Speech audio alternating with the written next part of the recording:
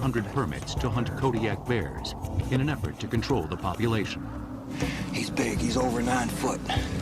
The fee is $500, but Joe Coolis of Bedford, Ohio, has spent an additional $5,000 in expenses to take his shot. Take him now, Joe. He's down. He's hit hard. He's on his back in a hole. Coolis isn't here to bring food back for the family table. Enjoyed it, Joe? All righty. He's only after the skin and pelt. With at least 2 additional bears circling the kill, Coolis must quickly skin and flesh the Kodiak's hide. The massive bundle of fur now begins a remarkable journey that will take it first to the tanner, where the skin is salted, pickled, and turned into a soft, nearly permanent leather. Then it's shipped to Coolis's own taxidermy shop and studio. Here it's fitted over a foam form and glass eyes. The finished mount is an uncanny match for the bear Coolis bagged in the frozen north. And now you have a life-size photograph, so to speak. You can look at it and say, oh, I remember when that happened and this happened. And then a lot of times it's definitely dangerous. So I think it's the accomplishment of what you have to go through and then achieving something, then reproducing it so it looks exactly like it did when alive. You put all those things together and now you have something, think, wow, that was really great. Very few people are neutral when confronted with a once living head hanging from a wall, or a giant predator frozen at the moment of attack. Many find the ancient practice of mounting animals for display disturbing and downright macabre. Enthusiasts of taxidermy, however, feel a thrill and are in awe of what could be described as still lives of nature, perfectly preserved. When you get into taxidermy, it encompasses so many other kinds of work: anatomy, biology, chemistry, woodworking, natural design. So when you put it all together under the word taxidermy, you can't help but not encompass the word art with it. The practice of taxidermy is undeniably popular. Experts estimate the number of practicing taxidermists to be as high as 35,000 in the United States alone. I tell them what I do and they take a step back away from me, and some people scream and run away, and mostly women are very upset by the fact, but I see it as a very creative profession, and I have a great deal of respect and love for the animals that I work on. We aren't barbarians. You know, our industry, our artistry is not antiquated. There was a, recent kids film, that 102 Dalmatians, where, there was a taxidermist that was used. He was the evil villain, and that's certainly not what we are at all. We like to think of ourselves as professionals and artists, and we're doing a public service. The origins of taxidermy are tied to some of our first basic needs: clothing and shelter. I have to go back to Genesis. When Adam and Eve were banned from the Garden of Eden, the Lord God himself took the very first animal skins and fashioned clothing for Adam and Eve to wear. The need for animal skins for clothing and shelter soon led directly to the first crude forms of taxidermy. Primitive man did taxidermy by learning that he needed to come up with a decoy. An animal hide draped over a rock, bush, or even the hunter himself allowed us to get in close with spears and knives. Remember, there wasn't the loud noise of gunshot. Everything was all close encounter. So they had to be very, very close to make these little flint tools do their work. For taxidermy to evolve beyond the ability to fool animals, a permanency would need to be added to the furs and hides. This process of chemically transforming skin into leather would come to be known as tanning. I think one of the most amazing testaments that we have in our time is the Iceman, found in the Swiss Alps, 5,000-year-old corpse who had leather shoes, leather bow quiver. Preserved hides now gave us a better chance against sometimes overwhelming elements. But we can go back as far as the Egyptians. They had a process of tanning animal skin into leather. Not only were the Egyptians adept at tanning, they developed some of the first practices of body preservation. And their work was not confined to humans. Mummified cats, dogs, apes, and oxen have been found in royal tombs alongside preserved kings and slaves. Pets were primarily mummified to serve members of the royal clan in the afterlife. Body preservation was discovered quite by accident when it was noticed that animals and humans who died in arid conditions didn't quickly decompose. Ridding a body or hide of fluids was the first step toward preserving a skin through time. Later, across the Mediterranean, Greeks and Romans were using preservation techniques to make different styles of sandals, boots, and shoes. They used barks, fruit peels, and leaves as tannin sources. These agents render the leather immune to decay and shrinkage. A tour around a modern tannery reveals that the techniques for processing skin into leather have been refined, but have remained essentially unchanged. A Greek, Roman, or Egyptian tanner would quickly become very comfortable with the equipment and tanning agents found here.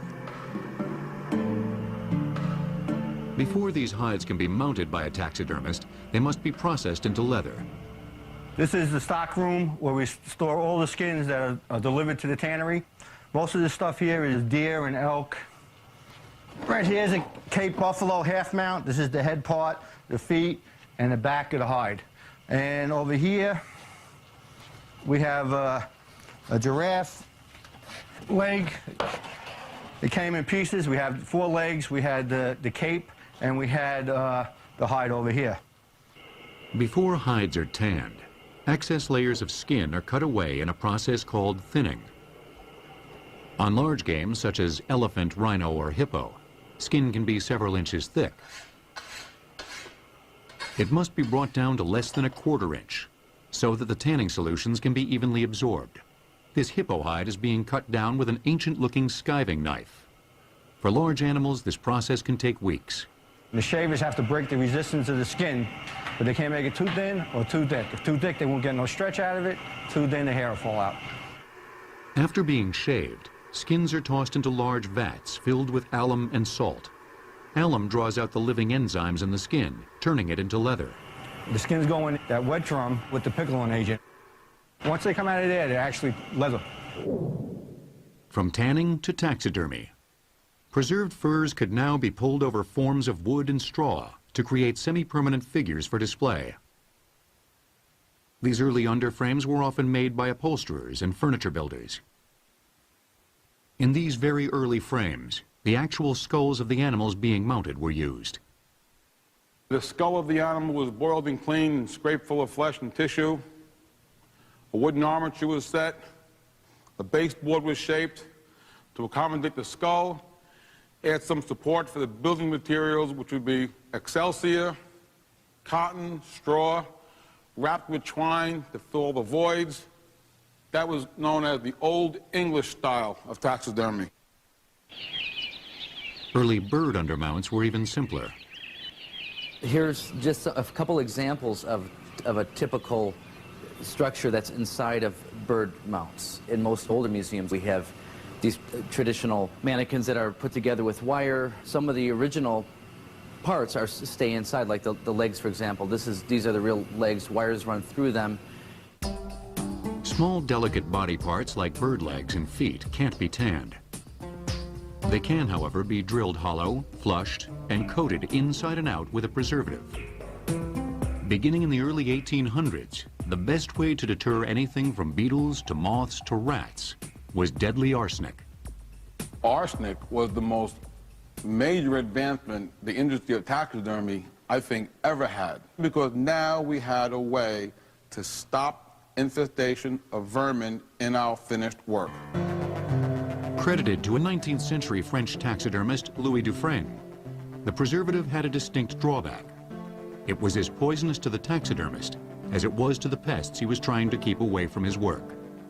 Some of us got poisoned by arsenic, some of us died by arsenic, okay? And some of us just couldn't live without it. I still use arsenic myself. There are certain things when I do a particularly rare piece or something where I know my integrity is on the line and I know it won't be subject to people touching it, it'll be put behind glass, I will use arsenic myself to this day. No question about it. As taxidermists began to produce more permanent and more anatomically correct mounts, they slowly found a place of respect in the world of natural history. President Thomas Jefferson had explorer Meriwether Lewis tutored in taxidermy before leaving on the groundbreaking Lewis and Clark expedition in 1804. Thomas Jefferson sent him down to Philadelphia to learn preservation techniques, maritime education as well, medical practices for medical emergencies. All this was placed on young Meriwether Lewis. Lewis's taxidermy survives to this day. A still well-preserved woodpecker currently resides with the Harvard Museum of Natural History. But it was a very unscientific endeavor that would give taxidermy its next push forward. Legendary showman P.T. Barnum and his mammoth elephant Jumbo would pave the way for the great museums of the 20th century. The word taxidermy originates from two Greek words, taxis, meaning movement, and derma, meaning skin. Taxidermy will return on Modern Marvels. Again, with Turn to taxidermy on Modern Marvels.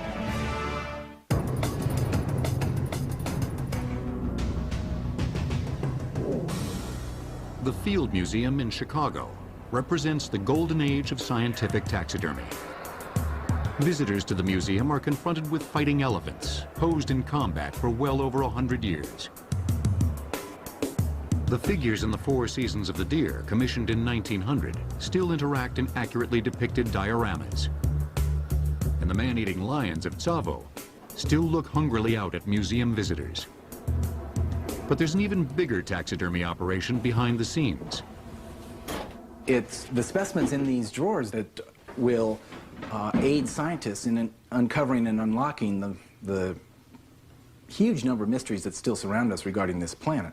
And then ultimately, whatever is learned by studying those mysteries will be displayed downstairs. Because one of the main missions of this museum is public education and taking what we learn upstairs and telling the public about it accurately. The Field Museum was the birthplace of modern taxidermy, under the direction of innovator Carl Akeley. He was essentially the father of modern taxidermy, and even calling him that doesn't give him the credit that's due. He was the first person to actually mount animals such that they were in their natural habitat. When you saw an Akeley mount, you saw what the animal looked like in real life. And you saw that not only in the color of the skin, you saw it in the shape of a muscle. These are art pieces. Just like people go to the Louvre to see the Mona Lisa, many people come here to see Carl Akeley's work because he was an artist. Akeley is credited with perfecting the sculptured hollow mannequin technique of mounting life-sized animals. First, the skeleton of the skinned animal would be reassembled. Next, the musculature would be sculpted in great detail from measurements and notes taken in the field. Then the figure would be molded in plaster. When dried and pulled apart, the interior of the mold would be coated with burlap and glue. The lightweight burlap mount that emerged from the mold would be a nearly perfect duplicate of the animal's original body. These revolutionary ideas were already in the back of the mind of Carl Akeley at the age of 19, when an amazing opportunity befell him.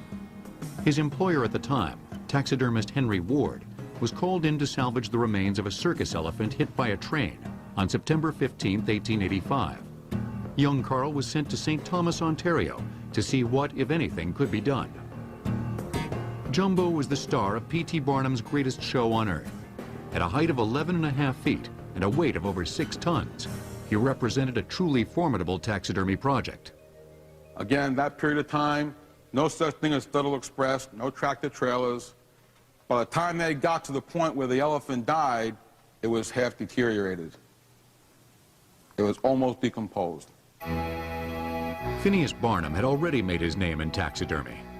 His American Museum, a permanent freak show and emporium of oddities, which entertained the general public between 1841 and 1865, demonstrated that the public had a paying interest in taxidermy. His interest was never scientific. He would exhibit real animals opposite such imagined oddities as the Fiji mermaid.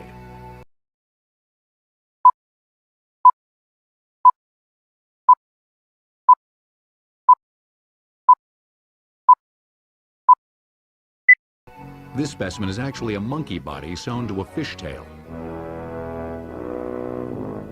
Barnum believed crowds would also flock to the mounted body of Jumbo. The methods used were the best in the day.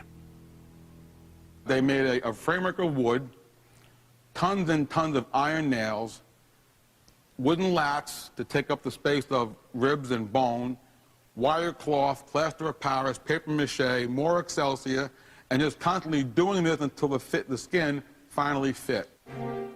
Barnum's hunch was correct. Displayed beside his own reassembled skeleton, Jumbo did become a bigger draw after death. Carl Akeley was on his way.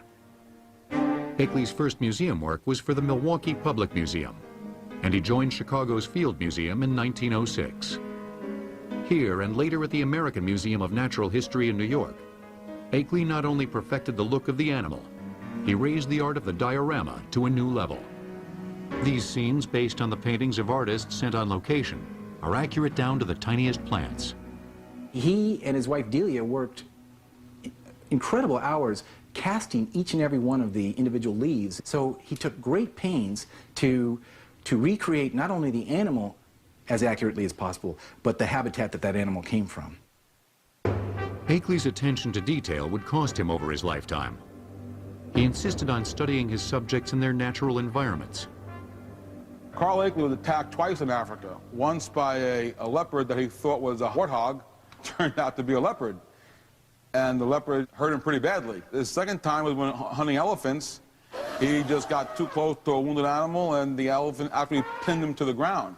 And fortunately for Carl Akeley, the one tusk of the animal hit a rock or a root several feet into the dirt that stopped that massive forehead from crushing his chest. But if you saw pictures of him afterwards, you would know if he went through a plane crash or war or why. But he really, really, really came close to losing his life with the elephant.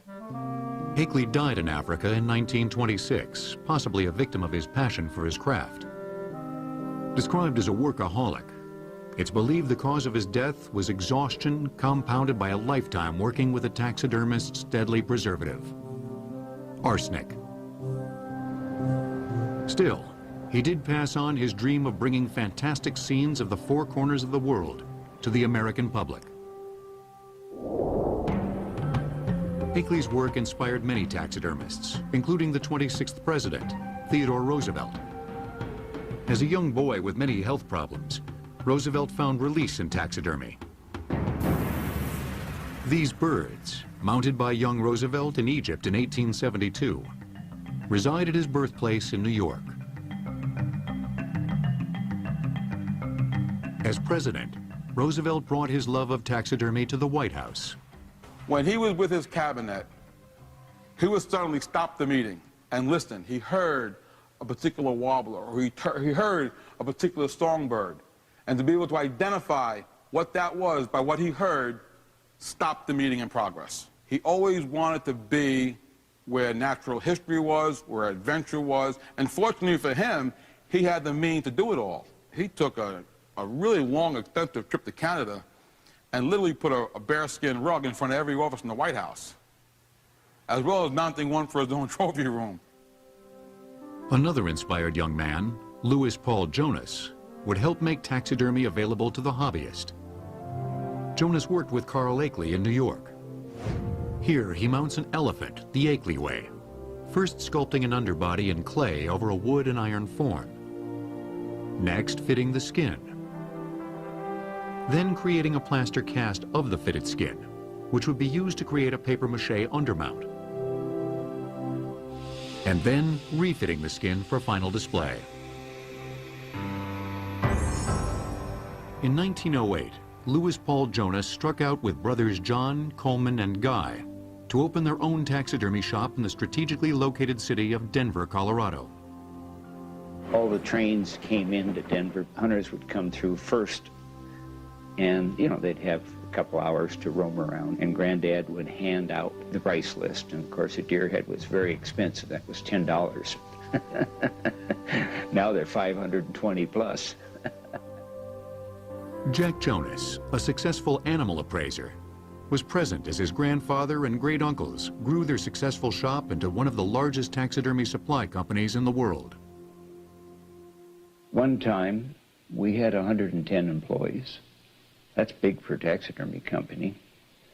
And we did close to $4.5 million, but that covered the taxidermy, the tanning department, the supplies which were selling all the taxidermists, their mannequins and pliers and hammers and nails and cords and anything they needed.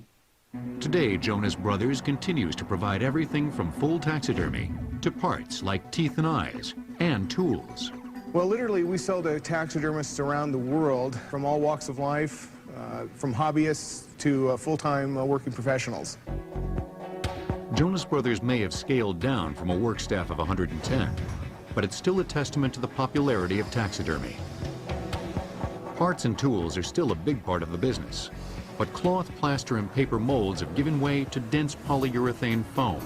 For creating the form of mannequin, initially we start off with a clay sculpture that is either started from either a carcass cast or sculpted right over like the actual skull or skeleton of an animal. From that sculpture, we then make a fiberglass mold, which becomes our master for creating forms. The mold's reassembled, and then we shoot the urethane foam into that mold, and that creates the form. Traditional displays are being challenged in popularity by new dramatic poses, some inspired by nature, and some drawn more from the taxidermist's imagination. There are also customers with interests that border on the bizarre. This bear will be posed to greet guests with a silver serving tray. This baboon will also work as a greeter. This is just going to be for a conversation piece. This little guy will be holding an ostrich egg. Sometimes we do serving trays on that. Like this is actually an artificial egg that we make, and so this will be, his arms will be spread open like this, and then he'll, there you go, just like that. Voila! Perhaps one of the oddest requests the Jonas Brothers ever received was from 40s and 50s cowboy movie star Roy Rogers.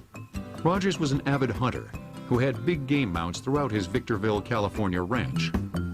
Roy decided he wanted his movie horse Trigger and his movie dog Bullet preserved with taxidermy at the times of their deaths. I got to know Roy pretty well because I spent about 5 weeks up into the Arctic Circle. We had 21 days where there was no hunting at all. And so I got to know Roy quite well. He called me one day and asked me whether we would mount Trigger, and Roy was excited as hell. The Jonas Company ended up passing on the job, but Trigger and Bullet were mounted by Bischoff's Taxidermy of California and are currently on display at the Roy Rogers Dale Evans Museum in Branson, Missouri.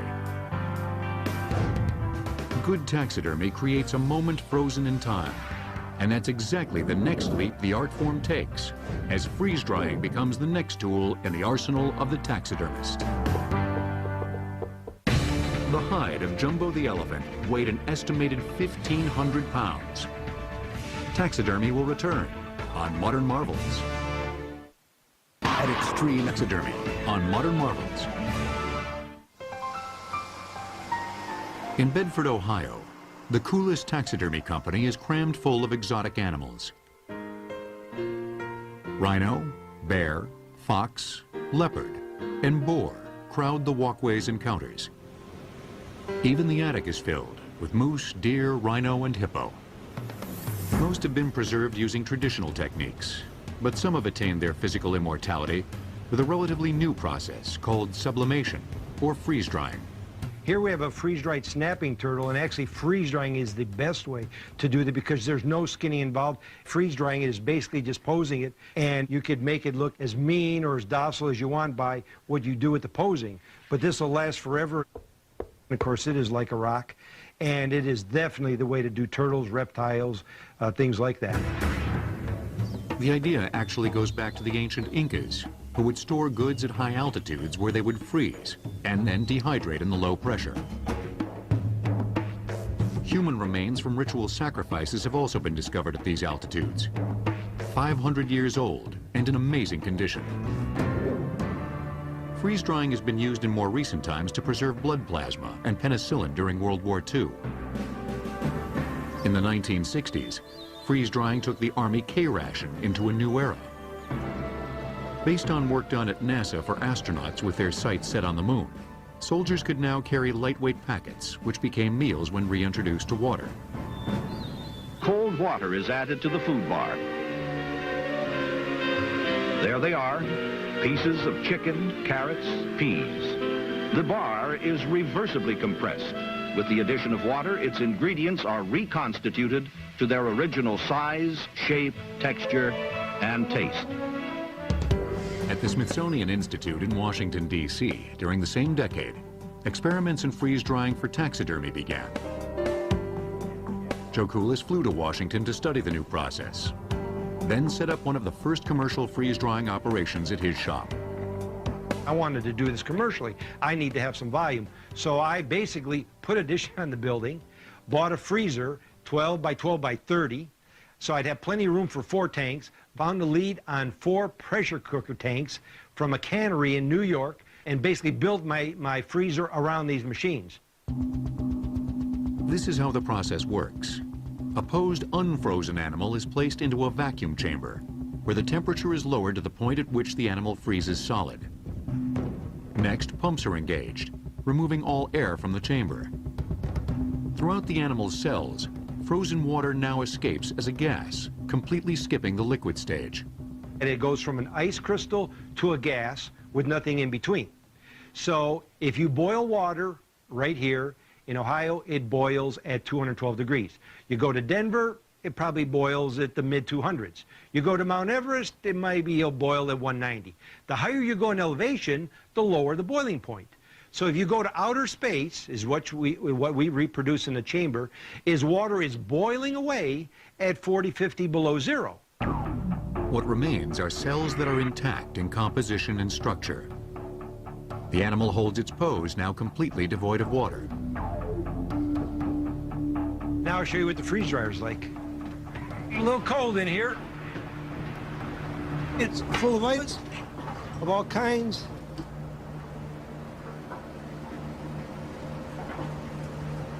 And in here we've got deer that are in a velvet, which is really the only way to freeze dry, to preserve velvet on horns. We have a lot of fish. There's a bass. We drill holes in the back to speed it up so the moisture can release and freeze dry sooner. But it's great for these little fish. There's probably about a 25, 30-pound muskie. And right now there's a lot of fish in the machine, but as you can see with the size of it, we can get in something pretty large, whether it be a small pony like we've done. People really think that freeze drying is really quick, but a fish this size, this 5-pound bass, is probably going to take about 5 to 6 weeks in the machine. Then over here, there's another chamber. What we're also doing processing of meat for the food bank and for hunters, but we do a lot of crickets. These crickets are frozen now. You can see they're like a rock. When they'll come out of the freeze dryer, they'll just be loose like grains of sand. The crickets will be sold as pet food for lizards, just one of the side jobs a freeze dryer can pick up. Joe has also used the vacuum chamber to restore water-damaged documents. We can take a soggy book. We have one now that is from 1600s. It was solid wet. They could do absolutely nothing with it. We could take it, put it in a freeze dryer. It might get a little wrinkly, but you could open through every page. Joe has another side business in freeze-drying wedding and funeral flowers. They too will last virtually forever. But perhaps his most unusual freeze-drying endeavor comes right back around to taxidermy. Joe freeze-dries family pets. People send us pets basically from all over the country because people are attached to pets because some don't have children, but they've had it a lot of years, and they become attached to it. They rather see that pet and be able to look at it and say, wow, it's in their mind, it's still there. It's better than a photograph, and it's odd that it's probably split 50-50. Some people think that that's horrible, and the other 50%, wow, can I have your card? Here we have a mixed breed dog, probably about 40 pounds in weight, that we're waiting for a customer to come pick up, that we did in a laying down, actually a sleeping position. We asked for photographs so that we could pose it how they tend to lay. Then here we have a cat, again, the same thing as far as the pose is concerned, as to how this cat liked to sleep. The fur is very soft, and by combing it, they at least have it so they can feel it. And here we have the first freeze-dried dog, which was done in 1969, and as you could see from it, I mean, the muscle is basically turned into almost stone, and it's a very good way to really show how durable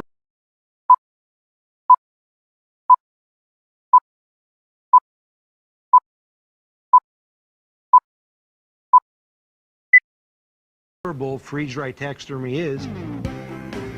While freeze-drying uses nearly every part of the specimen being mounted, a new twist on an old method in taxidermy is gaining popularity. It utilizes no part of the hunted animal or fish, and often takes death completely out of the taxidermy equation. Pet taxidermy was a popular custom in 19th century England. No proper Victorian home was complete without a glass case filled with stuffed cats, dogs, and birds. Taxidermy will return on Modern Marvels. Return to taxidermy on Modern Marvels. At the base of the Urama Falls in Venezuela, an angler makes a rare catch. This prehistoric-looking payara fish will be weighed, photographed, and then let go.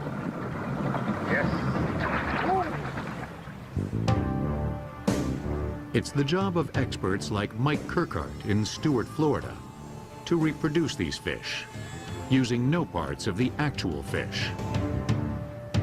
The body and teeth are fiberglass. The eyes are glass. When color is applied to the fiberglass payara with an airbrush, the result is an uncanny representation. An offshoot of traditional taxidermy is mold reproduction. No skins or actual parts of the alligator were used in this mount. Likewise, this Komodo dragon is entirely fabricated, based on a mold created from the actual animal. Furless animals don't skin and mount well.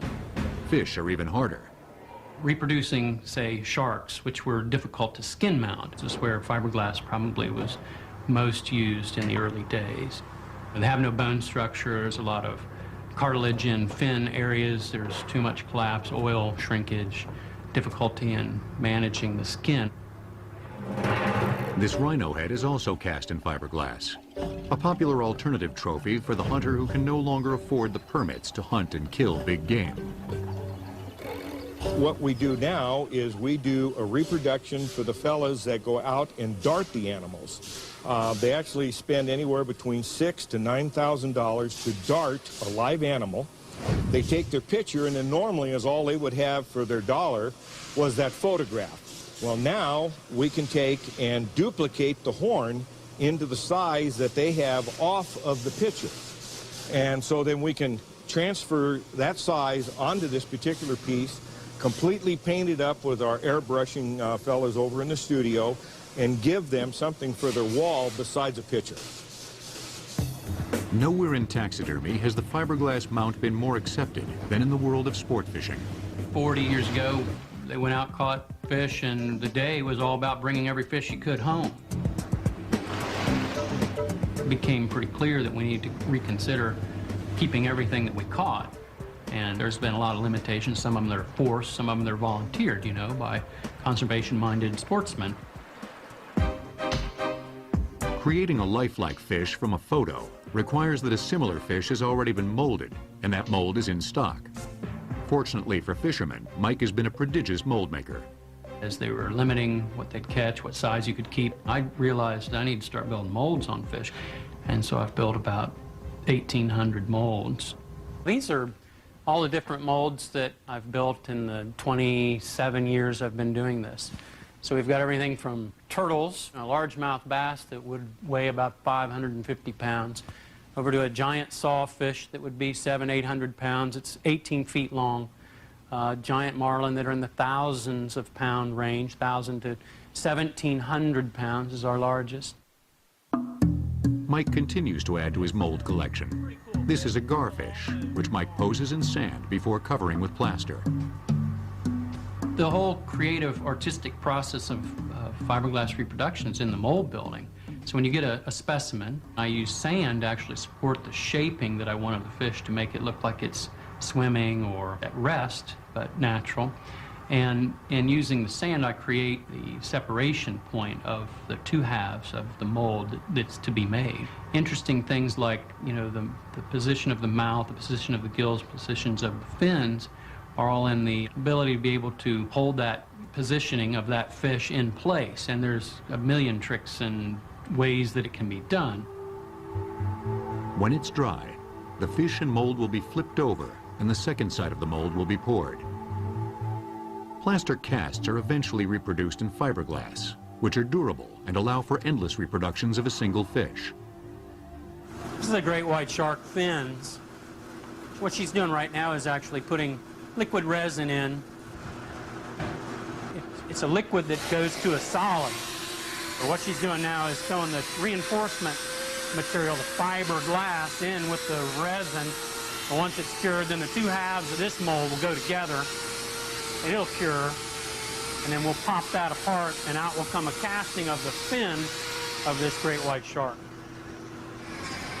This is the work area where we do all the dirty work. You know, the finishing, assembly, the grinding, transforming these castings from a raw casting into the finished product before it gets painted. Right now, Buddy is preparing to set some teeth into a payara, one of the fish that we caught down in Venezuela. The final step is painting. Airbrushes, big guns, lots of paint, lots of air moving. So it's a kind of interesting process. A lot of people compliment me with my ability, and I tell them that anybody can do this. I suppose it's like playing a musical instrument. Put enough time into it, and your heart's there. Airbrushing is no different. The finished product provides the fisherman his trophy, his memory, while preserving the species for future fishing.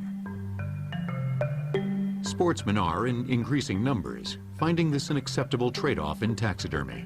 And they tend to be the ones that want to release the fish and are very comfortable with the idea of, you know, taking a photograph, letting the fish go, and then contacting someone like myself, as opposed to killing the fish and dragging it into whoever locally would accept the job. Fiberglass reproduction is one practice changing the look and methodology of taxidermy. Another is plastination, a breakthrough in body preservation that has people lining up in museums. The specimens on exhibit are breaking new ground as well. They're human beings. A fiberglass reproduction of a 1,700-pound marlin weighs only 75 pounds. Taxidermy will return on Modern Marvels. Now return to taxidermy on Modern Marvels.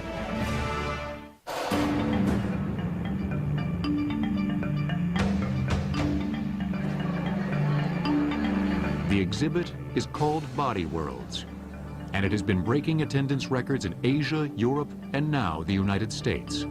The posed bodies are human, a fascination that some taxidermists have had for centuries. The 19th century French taxidermist Louis Dufresne wrote about how to do it, which suggests that at one time or another he experimented with taxidermy on humans.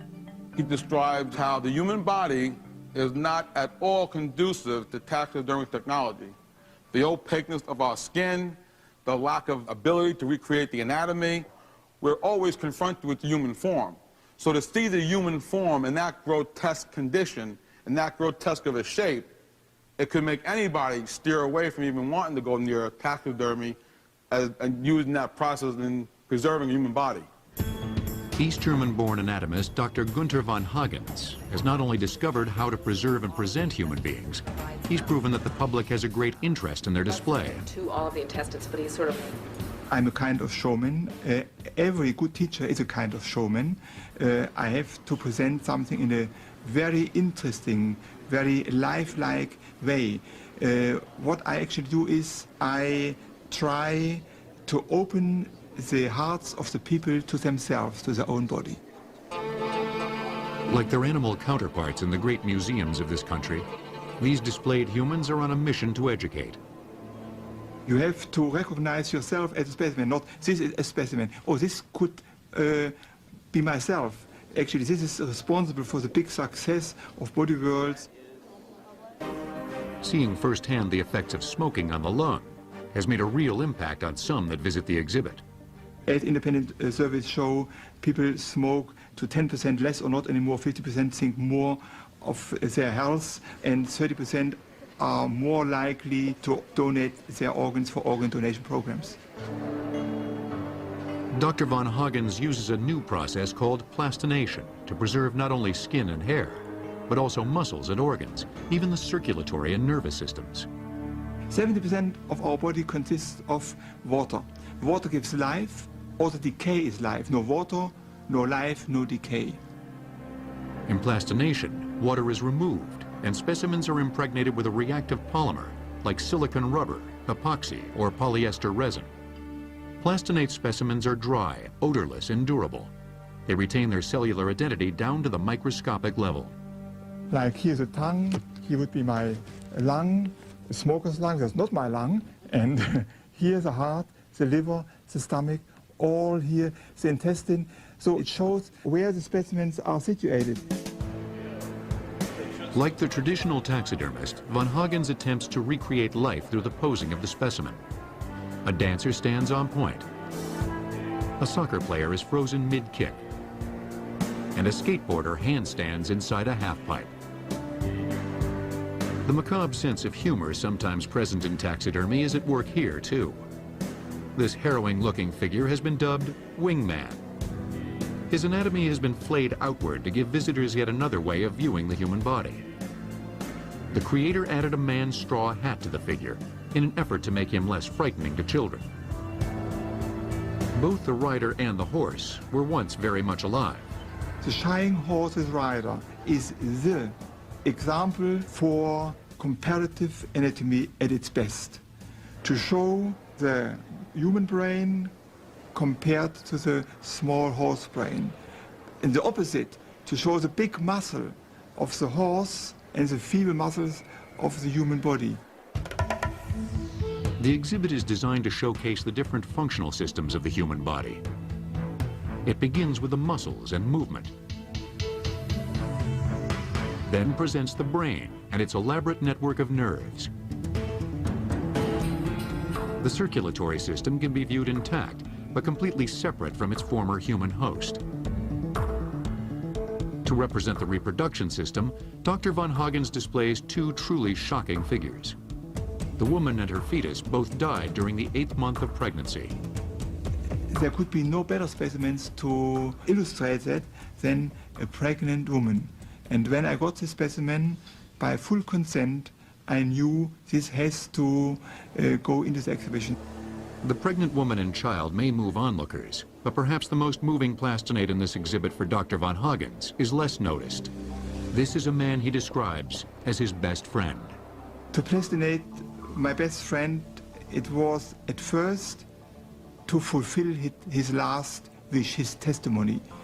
He wanted to become a plastinate because he felt to be too young to end on a cemetery. He had a malignant kidney tumor, so he knew he had to live maximum of 1 year. When dissecting him, I needed about 3 times as much time, but it was good for my morning work.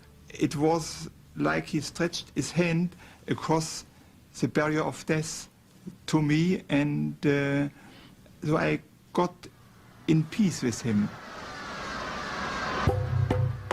With plastination, taxidermy may finally achieve an age-old goal. While the very best in traditional taxidermy begins to wear out in a few hundred years, the plastination process may produce displays that are virtually immortal. Plastinates will last a didactic eternity, which means they will last forever as long as there is a temperature below 50 centigrade. And one day, Dr. Van Hagen's plans to make the ultimate contribution to the science of body preservation and display, himself. I will die one day and my body should be on Earth for some time to come. I'm in peace with my plastinates because I know that every specimen will become something unique, as every body donor in his life was something very special. The methods may have evolved, but the reactions have not. Some are intrigued, others are repulsed. But taxidermy continues to confront the viewer with the enduring mysteries of life and death. It's that time of year again, with thousands of flashing lights, ornaments that weigh 3,300 pounds. And what about the old fruitcake? One company ships 33,000 per day. No wonder the U.S. electric company's revenue is boosted by almost $30 million. Christmas Tech on Modern Marvels, tonight at 9 on the History Channel. They lurk in the darkest corners of our minds. more terrifying than we want to imagine. The perfect predator. Throughout history, dragons influence wars, science, art, and religion. They still do. This is not a fairy tale. This is really happening. Cultures that don't know each other separately know the dragon.